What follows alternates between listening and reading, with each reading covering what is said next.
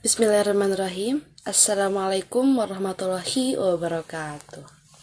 Yang saya hormati Ibu dosen, Ibu Syarif Fitrah MPD, dan saya ucapkan terima kasih atas kesempatannya yang alhamdulillah saya telah menyelesaikan tugas saya, yaitu tugas membuat laporan mengenai program bimbingan dari konseling di SMP. Puji syukur mari kita panjatkan kepada Allah Subhanahu wa taala, karena berkat nikmat dan rahmatnya kita bisa bertemu dalam perkuliahan asinkronus ini gitu. Salawat serta salam semoga tetap tercurahkan kepada Nabi Muhammad Sallallahu Alaihi Wasallam. Baik, langsung saja mungkin untuk selanjutnya saya akan memaparkan mengenai laporan yang saya buat ataupun yang saya temui mengenai materi program bimbingan konseling di SMP. Oke, baik. Di sini ada latar belakang. Pelayanan bimbingan konseling merupakan salah satu pilar penyangga dalam membantu mengoptimalkan perkembangan siswa di samping pilar-pilar yang lainnya. Negara kita juga memposisikan pelayanan BK ini sebagai profesi yang mengintegrasikan sepenuhnya dalam bidang pendidikan gitu.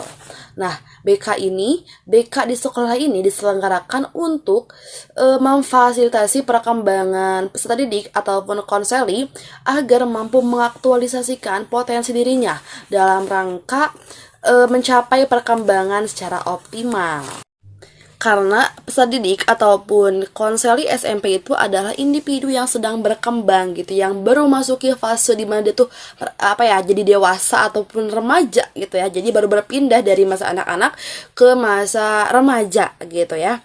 Jadi untuk mencapai perkembangan yang optimal gitu, maka potensi-potensi mereka itu perlu difasilitasi gitu ya, dengan atau melalui berbagai komponen pendidikan, yaitu salah satunya adalah dengan adanya layanan BK ini, layanan bimbingan konseling ini. Oke, selanjutnya ada tujuan dari layanan bimbingan konseling di SMP. Pelayanan BK ini di SMP ini dilakukan oleh guru bimbingan dan juga konseling ataupun konselor sesuai dengan tugas pokok mereka, dengan tujuan membantu mencapai tujuan pendidikan nasional dan khususnya membantu peserta didik mencapai perkembangan diri yang optimal, mandiri, sukses, sejahtera, dan bahagia dalam kehidupan mereka. Tujuan ini dapat dicapai melalui kerjasama dan sinergi antara guru bimbingan dan juga konselor sekolahnya, guru mata pelajaran ataupun wali kelasnya, pimpinan sekolah, orang tua, dan pihak lainnya yang mendukung kelancaran proses dan perkembangan peserta didik secara menyeluruh dan optimal dalam aspek pribadi, sosial, pembelajaran, dan juga karir. Dan mungkin untuk tujuan umumnya itu untuk mencapai pendidikan nasional gitu ya di negara ini, dan untuk tujuan khususnya untuk membantu peserta didik dalam mencapai perkembangan yang optimal.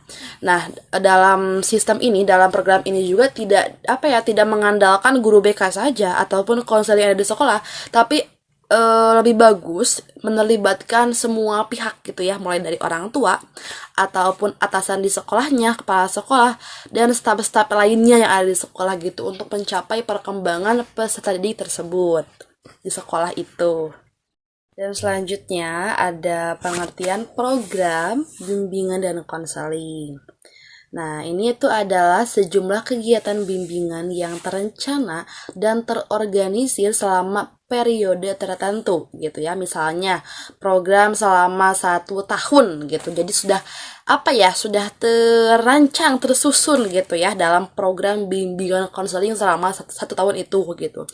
Jadi program BK ini meliputi layanan tentang pemahaman terhadap siswa, pemberian informasi, pelayanan konseling, perencanaan, dan juga penempatan dan tindak lanjut gitu ya di sekolah tersebut. Oke, kita selanjutnya masuk ke pembahasan mengenai penyusunan program bimbingan dan konseling.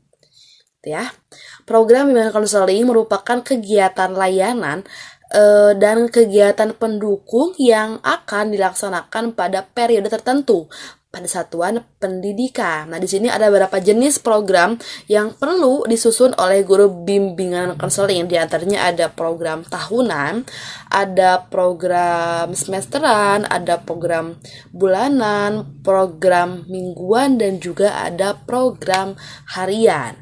Nah, program tahunan itu yaitu program pelayanan bimbingan konseling meliputi seluruh kegiatan selama 1 tahun ajaran untuk masing-masing kelas rombongan belajar pada satuan pendidikan gitu ya. Misalkan program tahunan di BK ini ada kegiatan layanan gitu. Jadi ada kayak layanan bimbingan perorangan ataupun bimbingan per kelompok gitu ya.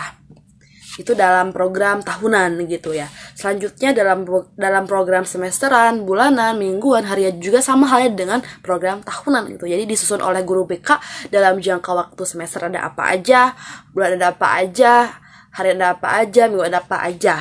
Jadi jenis program tersebut itu satu sama lain saling terkait gitu ya. Program tahunan dalamnya meliputi program semester, semester meliputi bulan, bulan meliputi minggu, minggu meliputi hari gitu ya. Jadi kayak saling terkait lah gitu ya, dari program tahunan sampai program harian gitu ya. Nah, kalau program harian itu disusun dalam bentuk rencana pelaksanaan layanan ataupun RPL gitu ya, atau bisa disebut juga satuan layanan. Baik, selanjutnya kita memasuki materi ataupun hasil observasi gitu. Dan ini tugas intinya gitu ya dari Ibu. Yaitu menganalisis 5W1H dari materi yang telah dibagikan gitu ya kepada kami sebagai mahasiswa gitu. Nah, di sini ada 5W1H. 5W yaitu ada what, who, when, where, why, dan satu hanya ada how gitu. Nah, untuk what itu maksudnya atau makna jawabannya itu menjelaskan seputar apa yang terjadi atau apa yang menjadi pembahasan dari topik yang ingin ditulis ataupun diulas. Selanjutnya ada Nah, di sini menjadi pertanyaan yang menjurus kepada subjek atau pelaku dari peristiwa atau masalah yang diulas ini.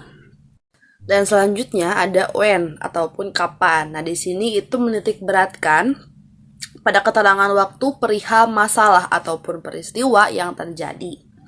Selanjutnya ada where, di mana. Nah, di sini menjadi salah satu keterangan yang menjelaskan tentang tempat suatu kejadian ataupun masalah yang terjadi gitu. Selanjutnya ada why, mengapa, kenapa.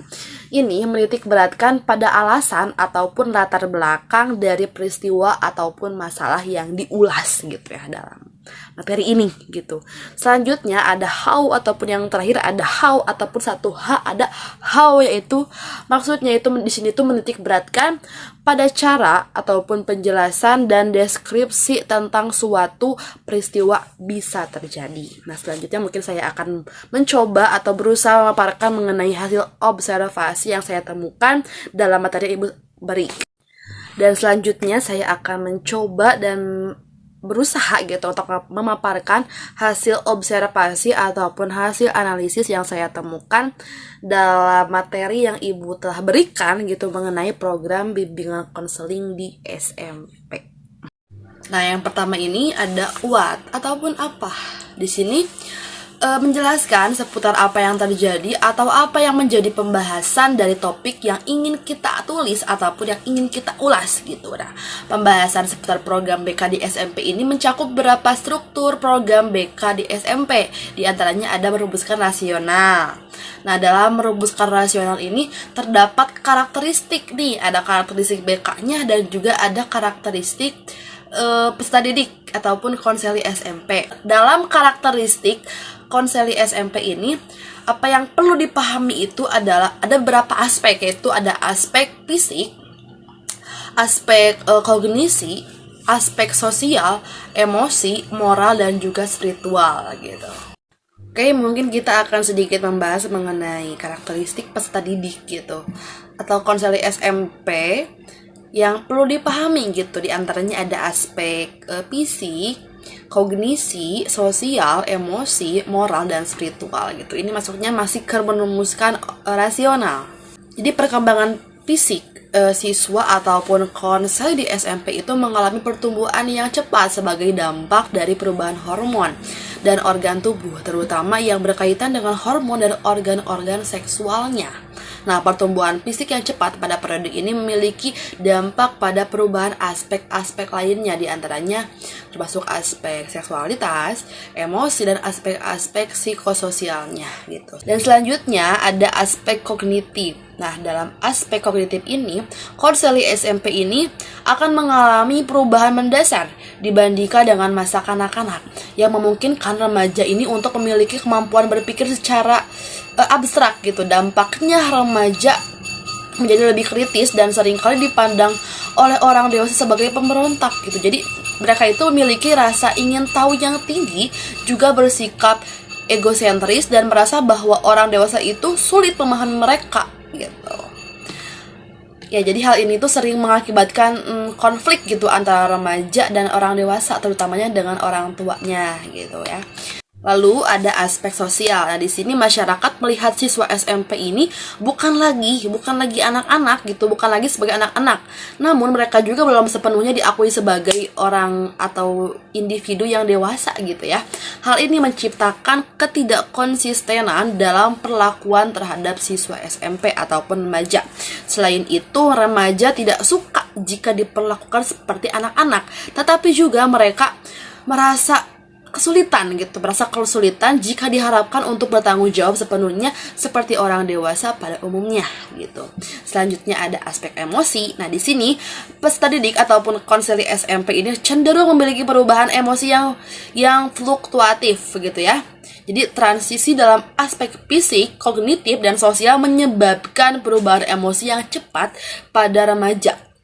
Jadi perasaan remaja itu terhadap suatu objek atau situasi tertentu seringkali berubah-ubah. Nah, jadi jika perubahan emosi ini tidak dipahami dengan baik gitu ya, mungkin gitu dapat memunculkan potensi konflik gitu ya. Selanjutnya ada aspek moral. Nah, di sini moralitas mencakup kemampuan peserta didik untuk melakukan penilaian terhadap konsep baik dan buruk, benar dan salah, serta apa yang diperbolehkan dan dilarang dalam tindakan mereka gitu. Aspek ini erat kaitannya dengan perkembangan kognitif. Karena apa? Karena perkembangan kognitif remaja berlangsung dengan cepat. Dan moralitas remaja juga mengalami perubahan yang signifikan dibandingkan dengan masa kanak-kanak. Akibatnya, peserta didik ataupun konselor di SMP ini sering kali mengajukan pertanyaan tentang aspek-aspek moral yang sebelumnya mereka anggap sebagai hal yang pasti dan sangat benar gitu ya menurut mereka gitu. Dan selanjutnya ada aspek spiritual ataupun aspek terakhir dari karakteristik peserta didik ataupun konseli di SMP. Nah, dalam aspek ini berkaitan dengan keyakinan gitu ya, dan pengakuan individu terhadap kekuatan yang mengatur kehidupan mereka di luar diri mereka gitu ya. Jadi pada masa sebelum SMP ini mereka itu menerima keyakinan ini secara tegas gitu. Secara tegas kan dia tuh kayak bawaan dari orang tuanya gitu kalau agama gitu ya. Nah, seiring dengan perkembangan kognitif mereka itu seringkali mulai mengajukan pertanyaan tentang aspek religius yang sebelumnya mereka pegang dengan kuat. Nah, hal tersebut dapat mengakibatkan beberapa remaja meragukan keyakinan agama mereka dan mengurangi praktik keagamaan karena adanya keraguan terhadap keyakinan sebelumnya. Namun bagi beberapa peserta didik SMP ini, keraguan ini mendorong mereka gitu untuk mencari informasi lebih lanjut dan menguji kembali keyakinan mereka gitu. Jadi di masa remaja ini dalam segi atau dalam aspek spiritual itu mereka itu merasa kayak mangmang lah gitu, ragu lah gitu ya. Misalkan kalau dia itu kok bisa sih ada di agama ini gitu. Kalau misalkan mereka ragu kan mereka bisa saja meninggalkan agama yang mereka peluk sebelumnya. Tapi kan kalau misalkan mereka kuat imannya, mungkin mereka akan mencari informasi dan lebih mengenal lebih dalam lagi gitu mengenai agama mereka gitu, agama yang mereka peluk sebelumnya. Oke, next, selanjutnya dalam struktur program BK di SMP itu ada dasar hukum ya. Dasar hukum ini mencakup berbagai peraturan dan kebijakan yang mengatur pendidikan dan layanan bimbingan konseling di tingkat sekolah menengah pertama ataupun di SMP. Selanjutnya ada visi misi ya. Pasti di setiap sekolah itu ada visi misinya gitu. Misalkan di SMP Al-Masum itu ada visinya apa, misinya apa gitu ya. Jadi dijelaskan dan juga mereka tidak sekedar membuat tapi akan menciptakan ataupun menumbuhkan gitu ya pada peserta didik gitu dalam ya visi misi mereka itu. Jadi tidak cuma dicantumkan saja dalam berupa tulisan, tapi diterapkan juga ataupun direalisasikan dalam sekolahnya gitu, dalam jenjang pendidikan tersebut gitu. Oke, selanjutnya ada mendeskripsikan kebutuhan. Nah, kebutuhan konseli SMP ini dapat diidentifikasi berdasarkan asumsi teoretik dan hasil asesmen kebutuhan yang dilakukan. Nah, dalam melaksanakan tugasnya, guru BK ini terlebih dahulu menyusun daftar kebutuhan. Jadi, apa sih yang dibutuhkan atau dibutuhkan oleh konseli ini? Nah, bisa dibuatnya berupa tabel ataupun berupa apapun lah yang membuat guru BK itu paham gitu apa yang dibutuhkan oleh konseli itu. Tujuan penyusunan instrumen tersebut untuk apa? Untuk mengetahui kebutuhan dan permasalahan konseli di jenjang pendidikan. Lalu ada komponen program. Nah, di sini itu meliputi layanan dasar, layanan responsif, layanan peminatan dan juga rencana individual, dan juga ada dukungan sistem. Nah, kalau layanan dasar itu adalah proses pemberian bantuan kepada semua siswa yang berkaitan dengan pengembangan sikap, pengetahuan, dan keterampilan dalam bidang pribadi, sosial, belajar, dan juga karirnya. Nah, kalau layanan responsif itu adalah layanan untuk memenuhi kebutuhan jangka pendek peserta didik atau masalah-masalah yang dialami peserta didik yang bersumber dari lingkungan kehidupan pribadi, sosial, belajar, ataupun karir gitu ya.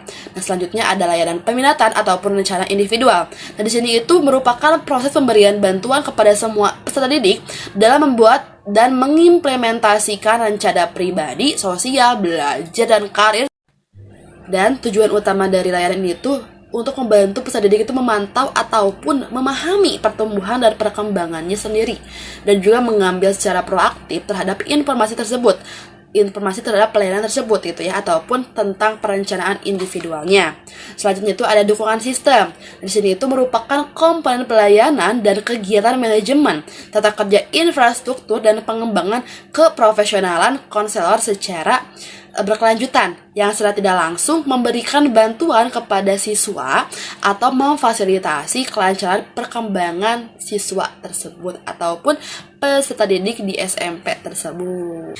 Yang selanjutnya itu ada bidang layanan gitu ya. Jadi BK dalam satuan pendidikan mencakup 4 bidang layanan, yaitu bidang layanan yang memfasilitasi perkembangan pribadinya, sosial, belajar, dan juga karirnya gitu ya.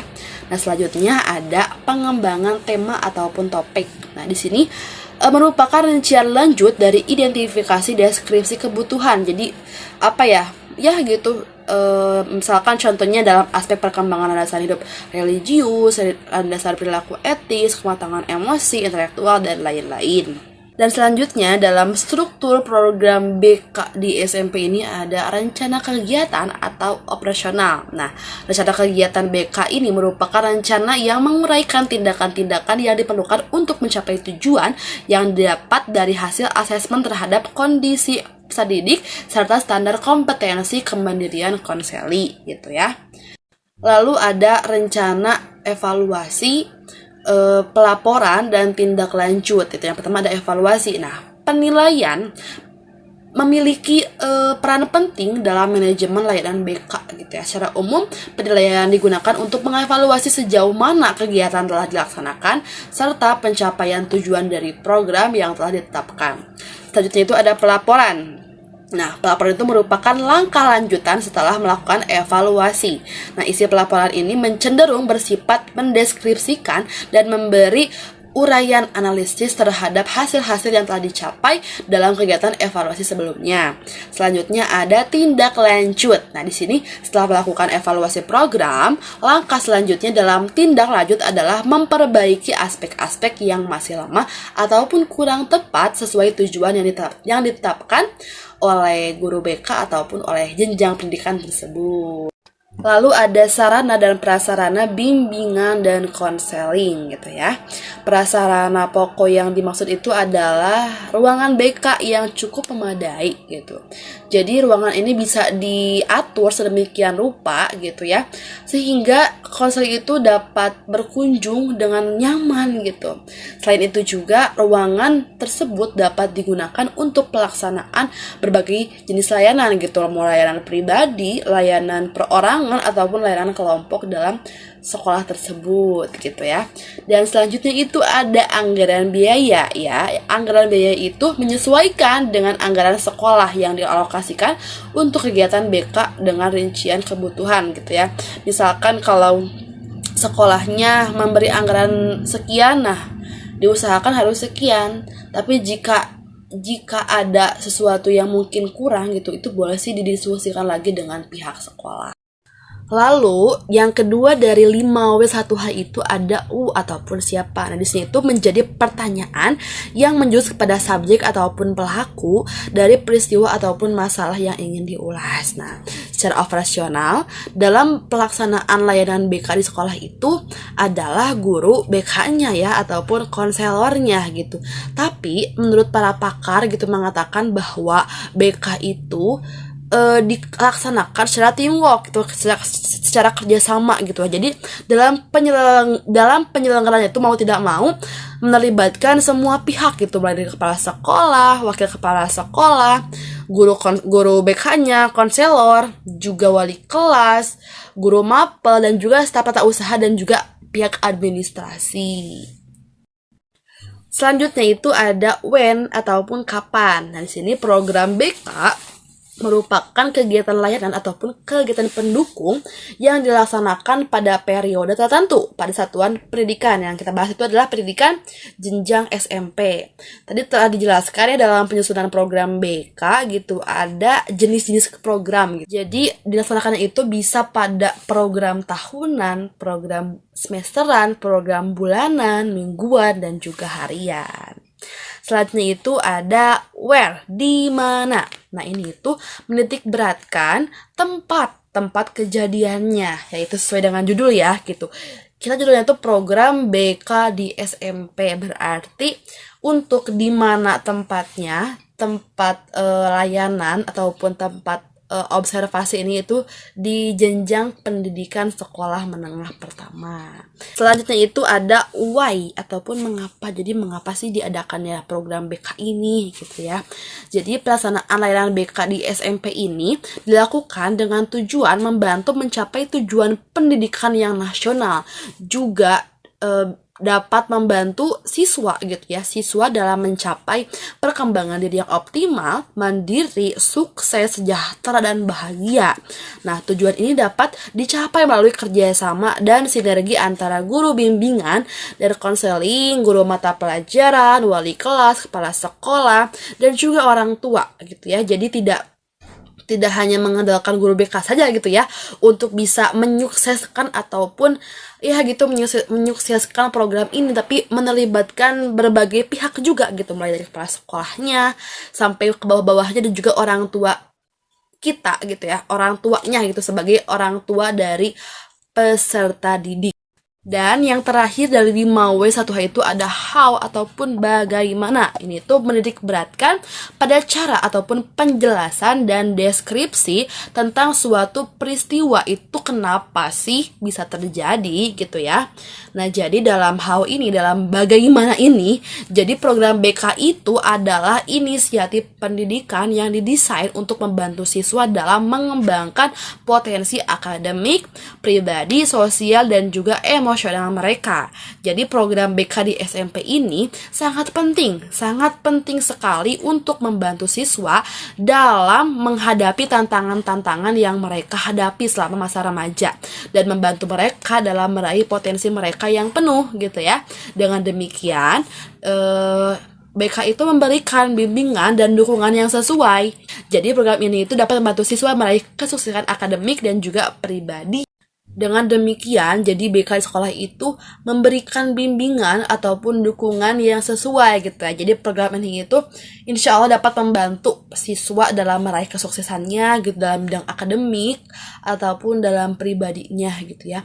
Karena tidak sedikit ditemukan gitu ya bahwa ada siswa ataupun manusia orang yang baru memasuki fase dewasa ataupun remaja itu kan kayak bingung aja. Aku tuh kayak itu gimana sih gitu ya, takutnya kan dia tuh kayak nggak bisa ngehandle dirinya, nggak bisa ngontrol dirinya gitu ya dalam memasuki fase itu gitu. Jadi mungkin bisa dengan cara mengikuti program BK di sekolah gitu ya, salah satu caranya gitu ya, yang bisa membantu mereka itu dalam mengembangkan potensi dirinya gitu dalam segi apapun, dalam segi akademik, sosial, emosional, dan juga pribadinya siswa tersebut gitu.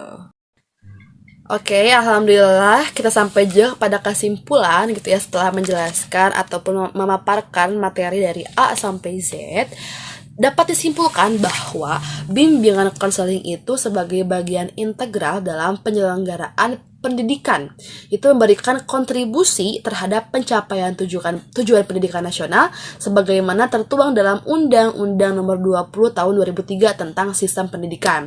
Oleh karena itu, sebagai konsekuensi logis gitu ya, bahwa setiap jenjang pendidikan harus terdapat bimbingan konseling gitu ya, yang cukup profesional gitu. Dan SMP ini adalah salah satu jenjang pendidikan yang melakukan bimbingan konseling yang dilaksanakan oleh tenaga profesional dalam jumlah yang cukup sesuai dengan peraturan yang berlaku. Dan guru bimbingan konseling ataupun konselor sebagai tenaga profesional gitu ya, itu berkewenangan menyelenggarakan layanan bimbingan konseling yang berkewajiban memberikan bantuan kepada siswa dalam rangka memfasilitasi pencapaian kemandirian dan juga perkembangan yang optimal dalam aspek pribadi, sosial, belajar, dan juga karir. Dan upaya-upaya yang dilakukan oleh guru BK ataupun konselor itu pada akhirnya itu diharapkan dapat memberikan kontribusi yang signifikan terhadap pencapaian tujuan pendidikan nasional secara utuh. Jadi kita ulang lagi gitu ya, untuk tujuan umumnya gitu ya, adanya program BK itu untuk mencapai pendidikan nasional gitu, tapi secara khususnya tujuannya itu untuk membantu siswa ataupun peserta didik itu dalam mencapai kemandirian ataupun perkembangannya secara optimal dalam segi aspek kognitifnya, belajar, dan juga karirnya gitu ya. Karena nggak semua siswa gitu udah tercipta dengan sempurna ya, pasti harus ada tahap-tahap pembelajarannya gitu, mulai dari bimbingan dan juga pembelajaran di sekolah yang harus ada gitu, harus ada tenaga profesionalnya gitu untuk membantu siswa tersebut mencapai apa yang mereka harapkan. Baik, alhamdulillah, dan juga saya ucapkan terima kasih gitu ya. Mungkin cukup sekian laporan ataupun pemaparan mengenai program bimbingan konseling di SMP gitu ya. Dan saya ucapkan mohon maaf gitu ya apabila ada perkataan ataupun ucapan yang mungkin kurang dipahami ataupun kurang dimengerti, dan juga kalau ada ucapan yang kurang berkenan gitu ya, dimohon dimaafkan ataupun dikritik dan disaran gitu. Mungkin cukup sekian pemaparan dari saya. Mudah-mudahan apa yang saya sampaikan bisa bermanfaat khususnya bagi diri saya sendiri gitu ya. Umumnya untuk semua yang menonton ini. Mungkin cukup sekian yang bisa saya sampaikan. Saya pamit undur diri. Wassalamualaikum warahmatullahi wabarakatuh. Dadah.